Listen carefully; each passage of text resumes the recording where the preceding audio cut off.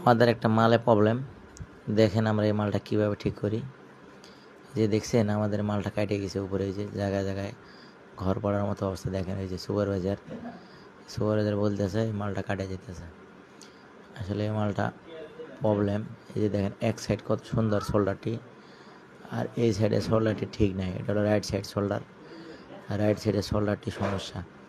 দেখি আমরা মনিটরে ঢুকে আসলে কোনো প্রবলেম আছে কি না। এখন আমরা চলে যাবো প্যাডামে। মালের যে একটা প্যাডাম, এই মনিটর থেকে জুম করা যায়, এটা দেখে ঠিক করা যায়। দেখেন আমি কীভাবে ঠিক করি এটা। প্রথমে পার্টটি বাইর করে নিলাম। এই দেখেন পুরো পার্ট, এই যে দেখছেন লেফট সাইড, এই লেফট সাইডটা ঠিক আছে। এই যে দেখেন, হ্যাঁ এই সাইডটা আমার ঠিক আছে, এই সাইডটা আমার প্রবলেম। এই যে এই সাইডটা, হ্যাঁ এই সাইডটা আমি এখন জুম করে ঠিক করব। ঠিক কীভাবে করব সেটা দেখেন। এই জায়গায় আমি এখন জুম, এই যে দেখেন আরও ক্লিয়ারভাবে বুঝালাম আপনার জুম করে।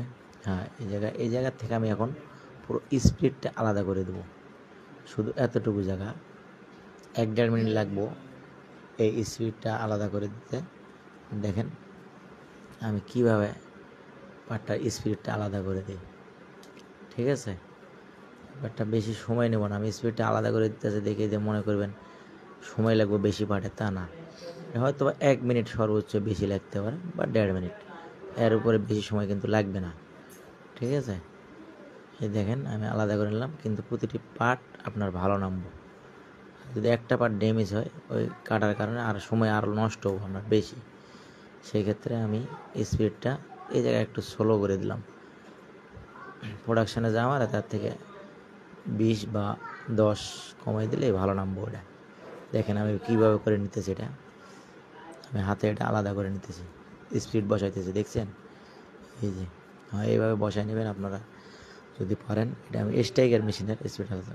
ওকে, ঠিক আছে, এই যে ওকে, আমার কাজ সম্পূর্ণ ইনশাল্লাহ।